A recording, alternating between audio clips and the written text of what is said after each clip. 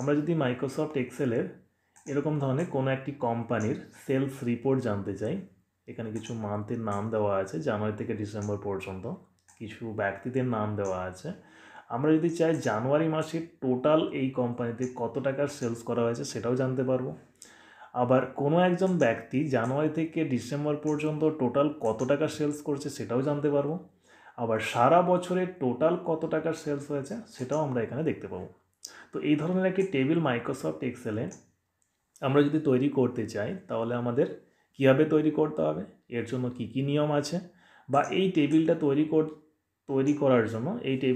করার জন্য আমরা খুব সহজেই কীভাবে ইনপুট করব, টেবিলের ভিতরের যে ডেটাগুলো এই ডেটাগুলো আমরা সহজে কীভাবে ইনপুট করব সেটাও আজকের ভিডিওতে আমি দেখাবো। খুব অল্প সময়ের মধ্যে কীভাবে আমরা টাইপিং করতে পারি, খুব অল্প সময়ের মধ্যে আমরা একটা টেবিলকে কীভাবে তৈরি করতে পারি, এটাই আজকের ভিডিওতে আমি দেখাবো। তো প্রথমে যদি আমি এই টেবিলটা আমাদের এক্সেল শিটের মধ্যে তৈরি করতে চাই, সেই জন্য আমরা নতুন একটি শিট ওপেন করে নেব। কয়েকটি সেলকে সিলেক্ট করার পর মার্জ অ্যান্ড সেন্টার অপশানে ক্লিক করার পর আমি যদি কোম্পানির নাম টাইপ করতে চাই, AR কম্পিউটার ইনফোটেক, সেলের মধ্যে আমি লিখলাম মান্থ, দেন আমি যদি চাই জানুয়ারি, ফেব্রুয়ারি, মার্চ,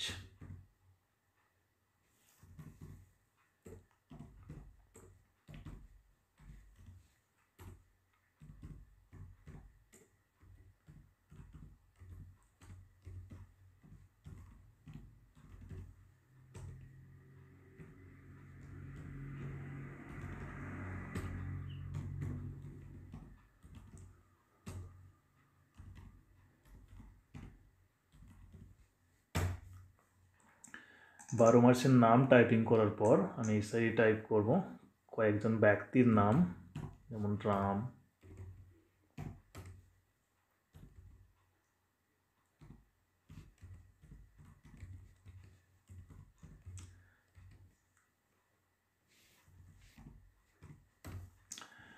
এখন আমরা এখানে টাইপ করব টোটাল সেল, ঠিক নিচে ডিসেম্বরের নিচে আমরা টাইপ করব টোটাল সেল,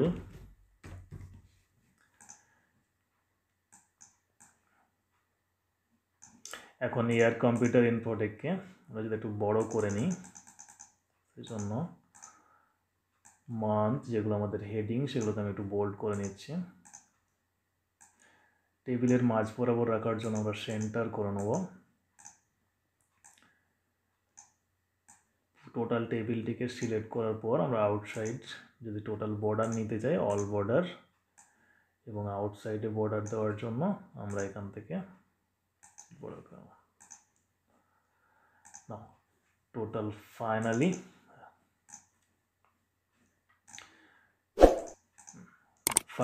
আমাদের টেবিল রেডি। এখন যদি আমরা টাইপ করতে চাই, আমরা এখানে কোনো ডেটা ইনপুট করতে চাই যে রাম জানুয়ারি মাসে কত টাকার সেলস করেছে, টিনা জানুয়ারি মাসে কত টাকার সেলস করেছে, রিয়া জানুয়ারি মাসে কত টাকা সেলস করেছে, এবং রাম ফেব্রুয়ারি মাসে কত টাকা সেলস করেছে, মার্চ মাসে কত টাকা সেলস করেছে। আমরা যদি এভাবে ইনপুট করতে চাই অনেকটা সময় লাগবে, তো সে কারণে আমরা এখানে একটি ফর্মুলা ইউজ করব। কীভাবে না, প্রথমে আমরা যেটুকু অংশ ভ্যালু ইনপুট করতে চাইছি সেই সেল রেঞ্জকে সিলেক্ট করব। সেল রেঞ্জ সিলেকশন করার পর আমরা টাইপ করব equal to RAND BETWEEN first bracket আরম্ভ করার পর একটি মিনিমাম ভ্যালু ইনপুট করার পর আমরা যদি একটি ম্যাক্সিমাম ভ্যালু ইনপুট করি এবং ব্র্যাকেট ক্লোজ করার পর কিবোর্ড থেকে কন্ট্রোল প্রেস করে এন্টার বোতামে চাপ দিই, তাহলে আমরা সঙ্গে সঙ্গে দেখতে পাবো আমাদের পুরো ডেটাটি সম্পূর্ণ হয়ে গেছে, পুরো ডেটাটি ফিল হয়ে গেছে। আমরা দেখতে পাবো আমাদের টেবিলের পুরো অংশটি ফিল হয়ে গেছে। এখন টেবিলের ভিতরে কোনো একটি সেলের মধ্যে আমরা যদি মাউস পয়েন্টার নিয়ে যেয়ে রাখি, দেখতে পাবো টেবিলের মধ্যে একটি ফর্মুলা দেখা যাচ্ছে।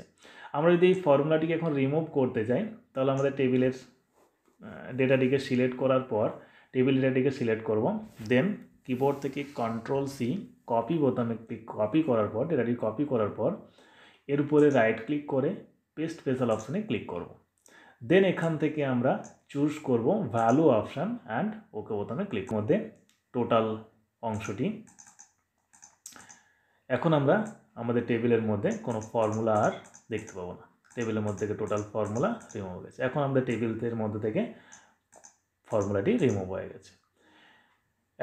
এখন যদি আমরা আমাদের জানুয়ারি মাসের ভ্যালু জানতে চাই, টোটাল সেল জানতে চাই, বা কোনো একজন ব্যক্তির সারা বছরের সেলস জানতে চাই, বা টোটাল আমাদের সারা বছরে কত টাকা সেলস হয়েছে জানতে চাই, সেই ক্ষেত্রে আমাদের একটি ফর্মুলা ইউজ করতে হবে।